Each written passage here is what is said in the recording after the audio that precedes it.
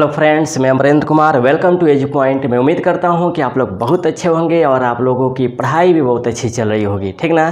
तो चलिए आज हम स्टार्ट करते हैं एसपीडी में सामान्य विज्ञान का मॉडल सेट 2। इसके पहले वाले क्लास में मैं मॉडल सेट 1 आपको सॉल्व कराया था, जो आप लोगों ने काफ़ी अच्छा से उसको पढ़ा और सॉल्व किया। चलिए आज स्टार्ट करते हैं मॉडल सेट। देखिए, मेरा उद्देश्य है आपको एक नौकरी दिलवाना, ना कि विद्वान बनाना। विद्वान बनने की कोई ज़रूरत नहीं है, समय की मांग है कि एक नौकरी आप प्राप्त कीजिए, है ना। इसलिए भरोसा कीजिए, मैं जो आपको पढ़ा रहा हूँ वह आपके पॉइंट ऑफ एग्जाम के व्यू से ही मैं पढ़ा रहा हूँ, है ना। तो चलिए स्टार्ट करते हैं। आपको मॉडल सेट नंबर 2 समझिएगा। मॉडल सेट नंबर 2 में जो पहला क्वेश्चन है वह ये है कि पॉजिट्रॉन किसका प्रतिकरण है ना। ये जो पॉजिट्रॉन है, ये आपको पॉजिट्रॉन है, यह किसका प्रतिकरण है ना। किसका प्रतिकरण है, समझिएगा। ये जो पॉजिट्रॉन है यह किसका प्रतिकरण है ना। ये जो प्रतिकरण है आपका इलेक्ट्रॉन का है ना। इलेक्ट्रॉन का प्रतिकरण है, समझिएगा, है ना। क्वेश्चन है आपका कि पॉजिट्रॉन किसका प्रतिकरण है, तो यह आपको इलेक्ट्रॉन का प्रतिकरण है। और आगे इसमें समझिएगा, परमाणु के 3 कण होते हैं, है ना। ये जो परमाणु है, परमाणु का 3 कण होते हैं। 3 कण होते हैं, कौन कौन। पहला है आपको इलेक्ट्रॉन, दूसरा है प्रोटॉन और तीसरा है आपको न्यूट्रॉन, है ना। न्यूट्रॉन, ये 3 आपको कण होते हैं। और समझिएगा, परमाणु के नाभिक में आपको प्रोटॉन एवं न्यूट्रॉन ही उपस्थित होते हैं, है ना। आपको प्रोटॉन एवं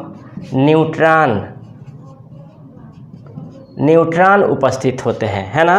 आपको परमाणु के नाभिक में आपको प्रोटॉन एवं न्यूट्रॉन उपस्थित होते हैं। अब समझिएगा, है ना, इनका खोज किसने किया था, है ना। अगर आ जाए कि इनका खोज किसने किया था, तो समझिएगा, इलेक्ट्रॉन का जो खोज किया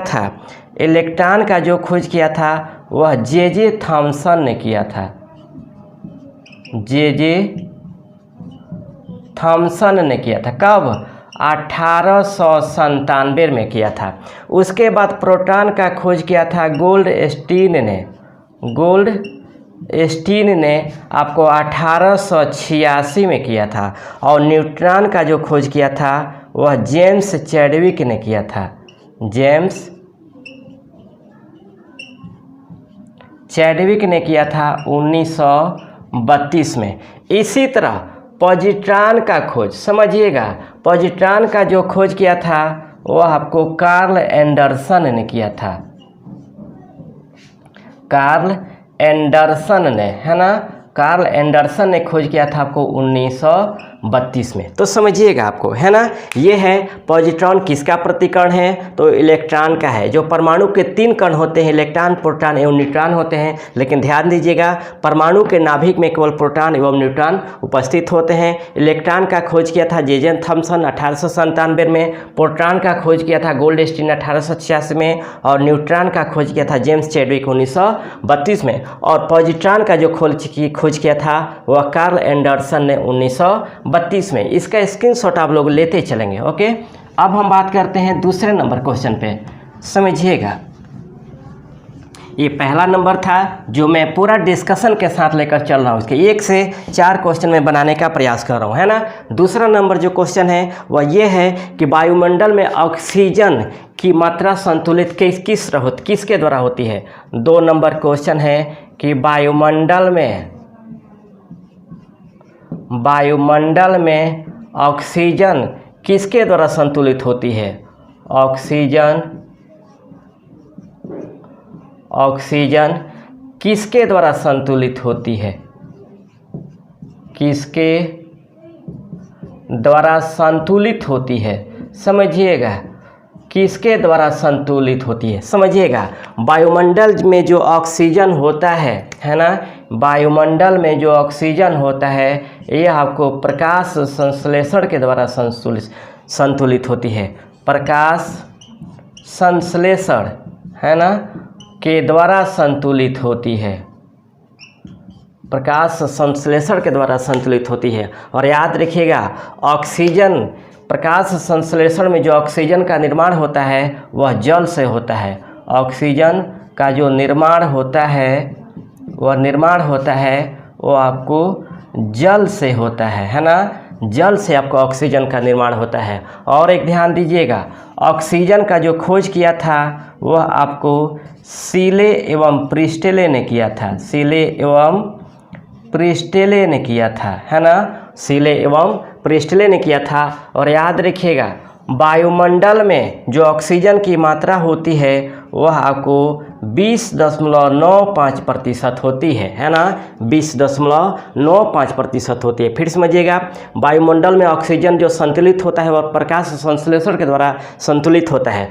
O2 का, ऑक्सीजन का जो निर्माण होता है वह जल से होता है प्रकाश संश्लेषण की क्रिया में। और सीले एवं प्रिस्टेले ने ऑक्सीजन की खोज की थी। और वायुमंडल में जो ऑक्सीजन की मात्रा पाई जाती है वह 20.95% पाई जाती है। और एक बात ध्यान रखिएगा, प्रकाश संश्लेषण, पौधे हैं, जो पौधे होते हैं जो प्रकाश संश्लेषण की क्रिया करते हैं वह पत्ते के द्वारा, अपने पत्ते के द्वारा करते हैं ना, अपने पत्तों के द्वारा वह प्रकाश संश्लेषण की क्रिया करते हैं। जो पौधे होते हैं वह प्रकाश संश्लेषण की क्रिया अपने पत्ते के द्वारा करते हैं। अब हम बात करते हैं तीसरा नंबर जो क्वेश्चन है वह यह है कि कवकों का अध्ययन क्या कहलाता है? तीसरा नंबर, कवक का अध्ययन क्या कहलाता है ना, कवक का अध्ययन क्या कहलाता है? बताइए, कवक का अध्ययन किसे कहा जाता है?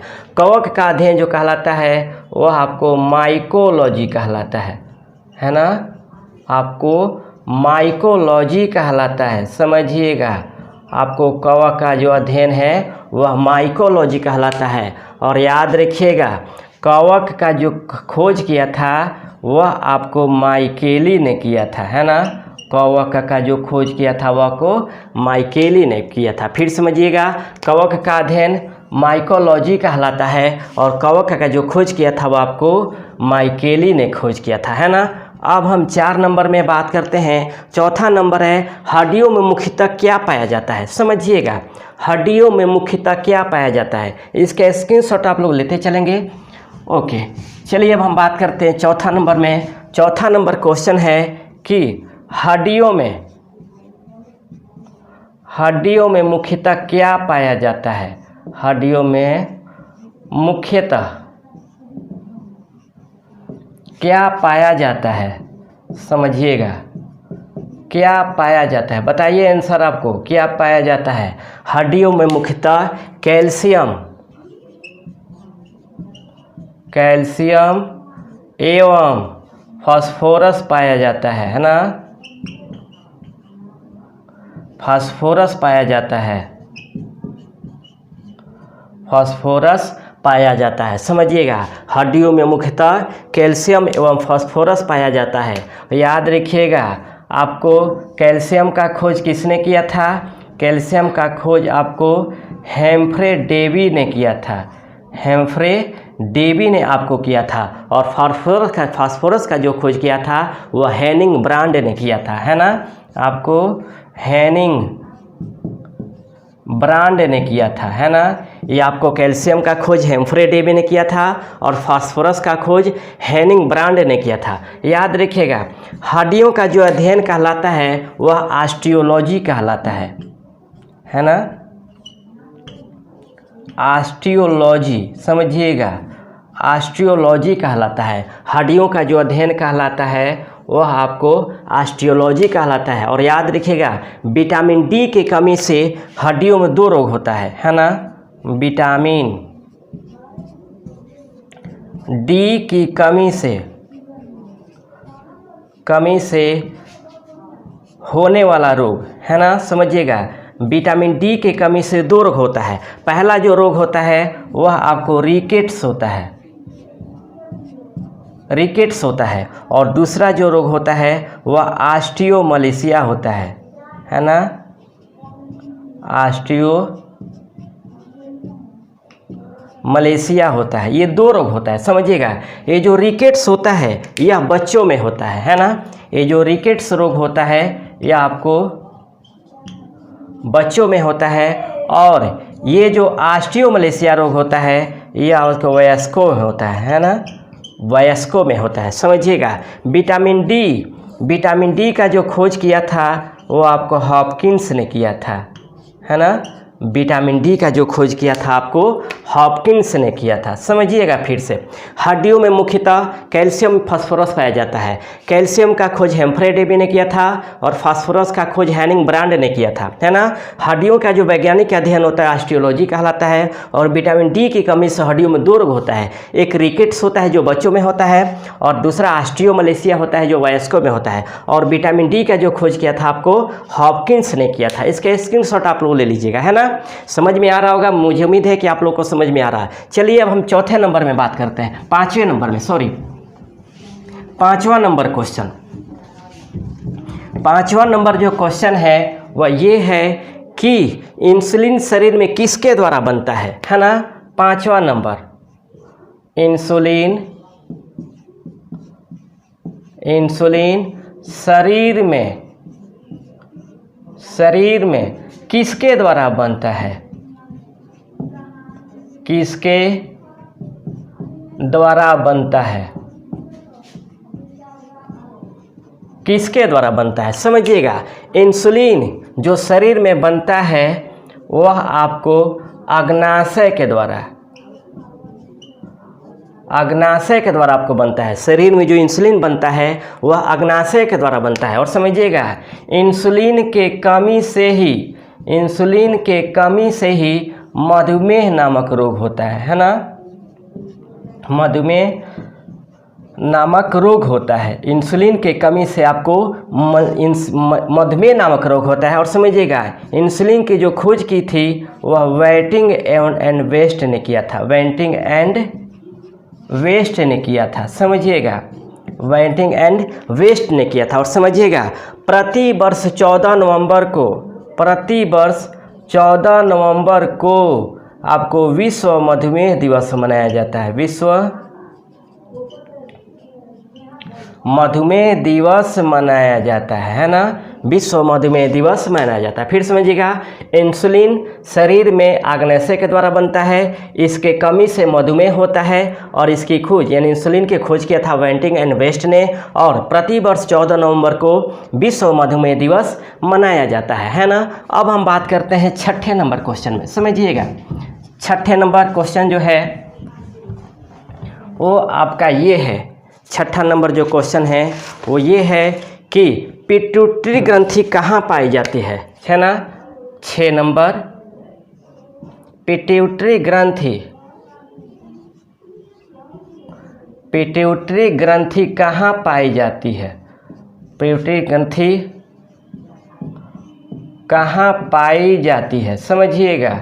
आप लोग को मालूम होगा कि यह कहाँ पाई जाती है ना। जो पिट्यूटरी ग्रंथि है, ये जो पिट्यूटरी ग्रंथि है यह आपको मस्तिष्क में पाई जाती है। कहाँ पाई जाती है, मस्तिष्क में पाई जाती है, समझिएगा। मस्तिष्क में पाई जाती है। और याद रखिएगा, पिट्यूटरी ग्रंथि को ही मास्टर ग्रंथि के नाम से जाना जाता है ना। आपको पिट्यूटरी ग्रंथि को मास्टर ग्रंथि के नाम से जाना जाता है। ये क्वेश्चन बहुत बार पूछा गया है। और याद रखिएगा, मस्तिष्क के अध्ययन को कहा जाता है क्या, नेफ्रोलॉजी कहा जाता है ना। आपको फ्रेनोलॉजी कहा जाता है, फ्रेनोलॉजी है ना, फ्रेनोलॉजी कहा जाता है, समझिएगा।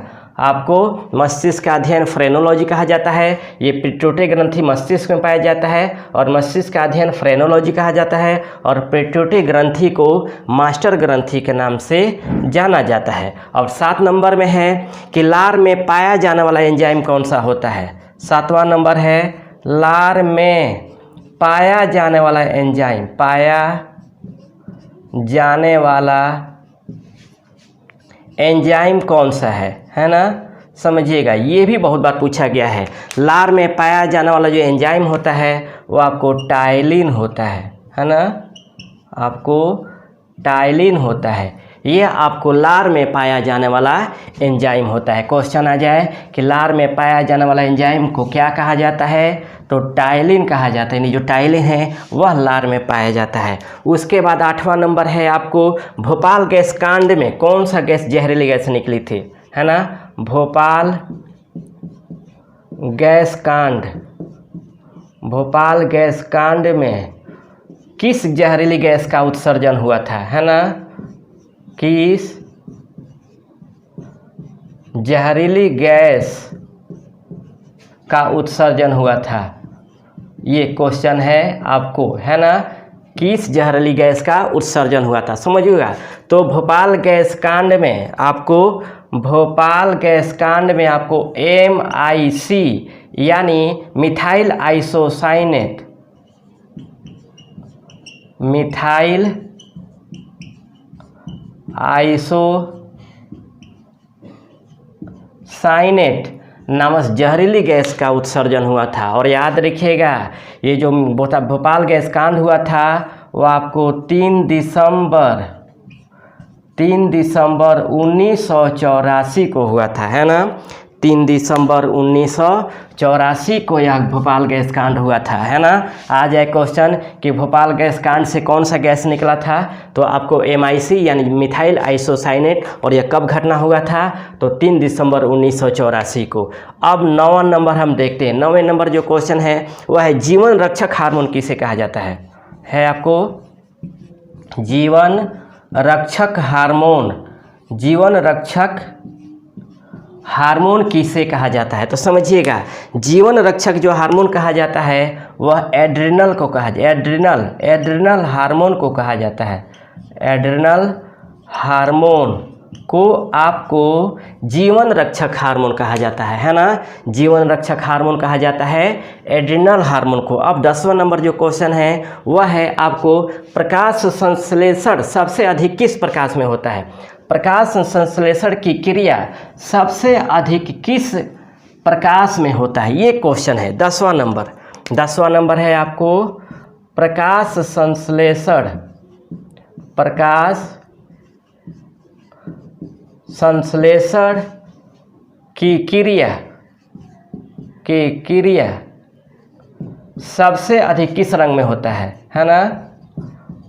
सबसे अधिक किस रंग में होता है, ये आप लोग को मालूम होगा।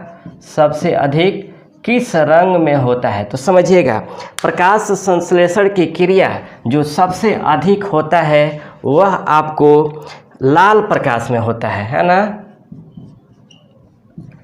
लाल प्रकाश में होता है, समझिएगा। आपको प्रकाश संश्लेषण की जो क्रिया होती है सबसे अधिक, वो आपको लाल प्रकाश में होता है। लाल प्रकाश में याद रखिएगा, प्रकाश संश्लेषण के लिए जो सबसे आवश्यक गैस है वह आपको कार्बन डाइऑक्साइड है ना। प्रकाश संश्लेषण के लिए जो सबसे आवश्यक गैस है वह आपको कार्बन डाइऑक्साइड है ना। कार्बन डाइऑक्साइड है। और इसका खोज किया था किसने, वैन आपको हेलमांट ने किया था, है ना।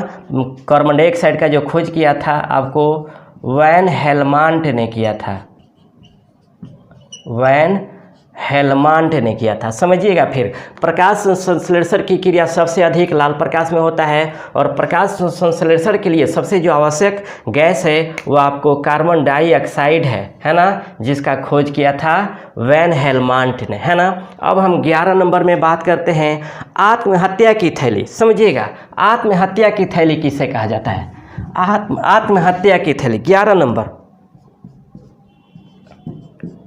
आत्महत्या की थैली किसे कहा जाता है, आत्महत्या की थैली किसे कहा जाता है। समझिएगा, आत्महत्या की जो थैली कहा जाता है वह आपको लाइसोसोम को कहा जाता है ना। लाइसोसोम को कहा जाता है। और याद रखिएगा, लाइसोसोम का जो खोज किया था वह आपको 1955 में डी डुबे ने किया था, है ना, डी डुबे ने किया था। फिर समझिएगा, आत्महत्या की थैली लाइसोसोम को कहा जाता है और लाइसोसोम का खोज 1955 में डी डुबे नामक वैज्ञानिक ने किया था, है ना, डी डुबे नामक वैज्ञानिक ने किया था। हो गया।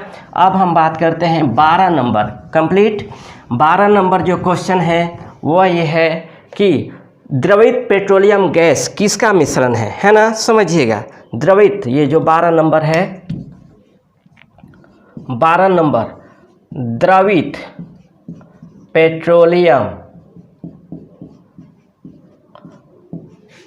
पेट्रोलियम गैस यानी क्या, एलपीजी, किसका मिश्रण है ना, किस गैसों का मिश्रण है, किस गैसों का मिश्रण है, किस गैसों का मिश्रण है, समझिएगा। तो जो एलपीजी है यह आपको प्रोपेन एवं ब्यूटेन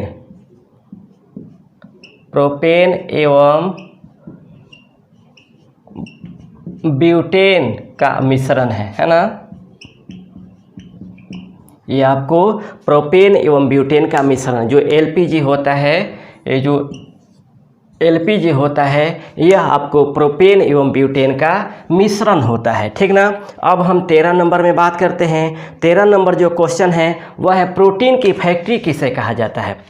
13 नंबर समझिएगा, प्रोटीन की फैक्ट्री किसे कहा जाता है ना, प्रोटीन की जो फैक्ट्री कहा जाता है वह राइबोसोम को कहा जाता है ना, राइबोसोम को कहा जाता है। याद रखिएगा, प्रोटीन की जो फैक्ट्री कहा जाता है वह आपको राइबोसोम को कहा जाता है। और याद रखिएगा, जो राइबोसोम है यह प्रोटीन संश्लेषण में महत्वपूर्ण भूमिका निभाते हैं, है ना, प्रोटीन संश्लेषण में महत्वपूर्ण भूमिका निभाते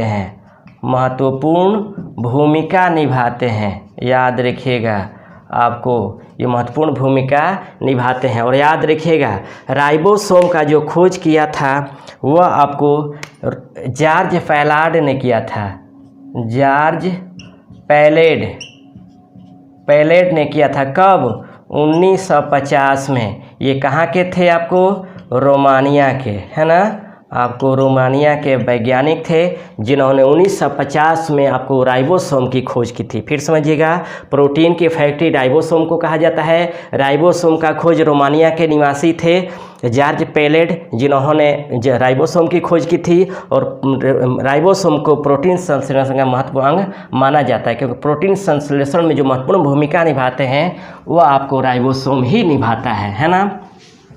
उसके बाद हम बात करते हैं 14 नंबर। 14 नंबर जो क्वेश्चन है वह मानव शरीर का तापमान, समझिएगा, मानव शरीर का तापमान निर्धारित किया जाता है ना, 3 तरह से।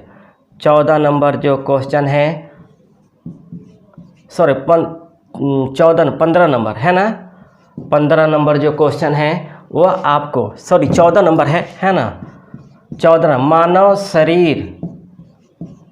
मानव शरीर का ताप निर्धारित किया जाता है। याद रखिएगा, 3 प्रकार से निर्धारित किया जाता है। मानव शरीर का जो टेम्परेचर निर्धारित किया जाता है या मापा जाता है वह 3 तरह से मापा जाता है। 1 नंबर है आपको फ़ारेनहाइट, है ना, फ़ारेनहाइट से मापा जाता है। 2 नंबर आपको सेल्सियस से मापा जाता है। और तीसरा आपको केल्विन में मापा जाता है ना, केल्विन में मापा जाता है। समझिएगा, आपको फ़ारेनहाइट में जो शरीर का टेम्परेचर होता है वो आपको 98.6 फ़ारेनहाइट होता है ना। सेल्सियस में होता है 37 डिग्री सेल्सियस होता है ना। और केल्विन में होता है 310 केल्विन होता है। तो समझिएगा, मानव शरीर का जो ताप निर्धारित होता है वो फ़ारेनहाइट में 98.6 फ़ारेनहाइट होता है, सेल्सियस में 37 डिग्री सेल्सियस होता है और केल्विन में आपको 310 केल्विन होता है ना। तो ये आपको मानव शरीर का टेम्परेचर होता है। अब हम 15 नंबर में बात करते हैं। 15 नंबर, 15 नंबर जो है वो आपको शरीर में मांसपेशियों की संख्या कितनी होती है, ये आप लोग को याद होगा, मुझे मालूम होगा कि आप लोग को याद होगा। 15 नंबर, शरीर में मांसपेशियों की संख्या कितनी होती है, मांसपेशियों की संख्या कितनी होती है बताइए, है ना। शरीर में मांसपेशियों की संख्या कितनी होती है, मालूम है। मांसपेशियों की जो संख्या होती है वह 639 होती है। शरीर में जो मांसपेशियों की संख्या होती है वह 639 होता है। 16 नंबर क्वेश्चन है, विश्व का सबसे बड़ा पक्षी, ये भी आप लोग को मालूम होगा, है ना। विश्व का सबसे बड़ा पक्षी, सबसे बड़ा पक्षी कौन सा है। विश्व का सबसे बड़ा पक्षी आपको शुतुरमुर्ग है, शुतुरमुर्ग,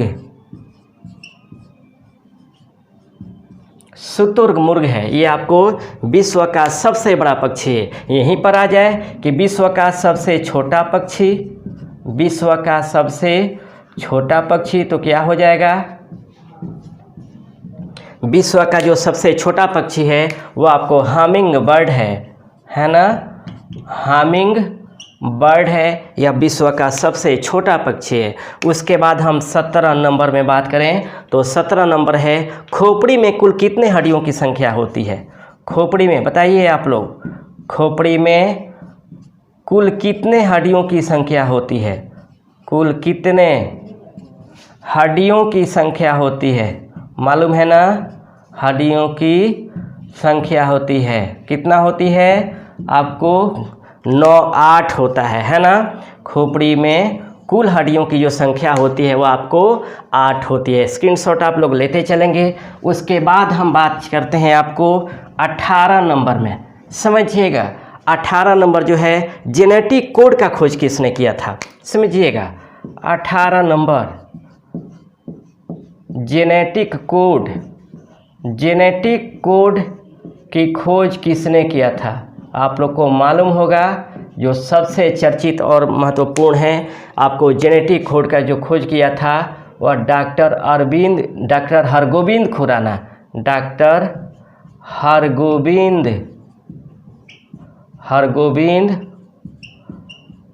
खुराना ने किया था, है ना। जेनेटिक कोड का जो खोज किया था वो आपको डॉक्टर हरगोविंद खुराना ने किया था, याद रखिएगा। इनका जो जन्म हुआ था वो आपको 9 जनवरी 1922 को रायपुर में, है ना। मध्य प्रदेश वाला रायपुर नहीं, बल्कि पाकिस्तान में, है ना। पाकिस्तान के मुल्तान जिला में स्थित है ना। मुल्तान जिला में स्थित है। तो इनका यहाँ पे जन्म हुआ था 9 जनवरी 1922 को इनका जन्म हुआ था। और इन्हें 1968 में चिकित्सा के क्षेत्र में इन्हें नोबेल पुरस्कार मिला था, है ना। नोबेल पुरस्कार इन्हें मिला था, समझिएगा। इन्हें 1968 में चिकित्सा के क्षेत्र में नोबेल पुरस्कार मिला था। और इनकी जो मृत्यु हुई थी वह आपको 9 नवंबर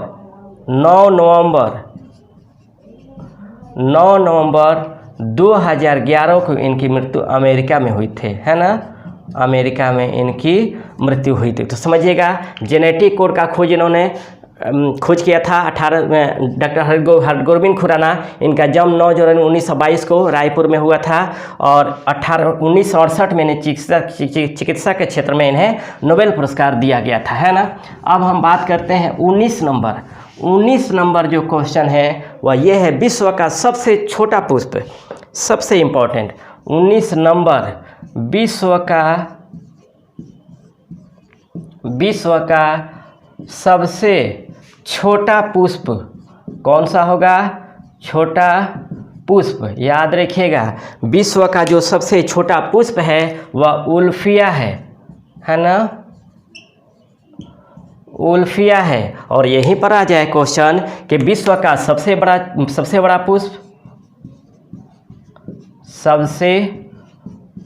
पुष्प, तब क्या होगा, विश्व का जो सबसे बड़ा पुष्प होगा वह आपको रेफ्लेसिया होगा, है ना।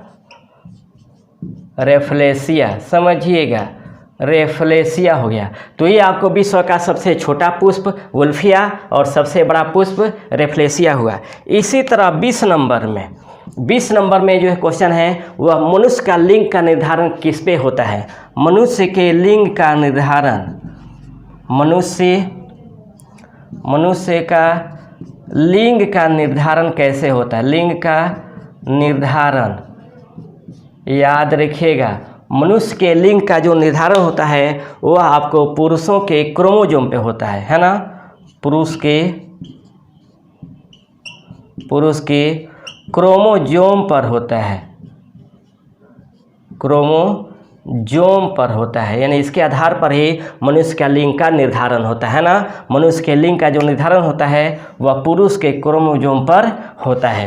तो ये आपको था मॉडल सेट नंबर 2, है ना? मैं उम्मीद करता हूँ कि ये भी क्लास आपको पसंद आए होंगे, क्योंकि मैं प्रयास कर रहा हूँ कि जो 20 टॉपिक हैं इन 20 टॉपिक से 50 क्वेश्चन में बनाने का प्रयास करूँ जो आपके लिए इम्पोर्टेंट हो, है ना? और ये रेलवे के लिए एकदम इम्पॉर्टेंट है। मैं इसीलिए SPD को उठाया हूँ और मैं पूरे SPD को सामान्य विज्ञान और सामान्य ज्ञान सभी को सॉल्व कराने का मैं प्रयास करूँगा। बस आपको इतना काम करना है कि इसको आप तैयार करते चलिए। इसका मैं PDF प्रोवाइड कराऊँगा, जो भी मैं ये क्लास लूँगा इसका मैं PDF आपको प्रोवाइड करा दूँगा कि आपको लिखने की ज़रूरत नहीं पड़ेगी, बल्कि केवल इसको आप एक बार देख लेंगे, है ना? और इसको याद करते चलेंगे। तो रहने देते नहीं, फिर हम तीसरा नंबर सेट को लेकर हाजिर होंगे। तब तक के लिए बेस्ट ऑफ लक।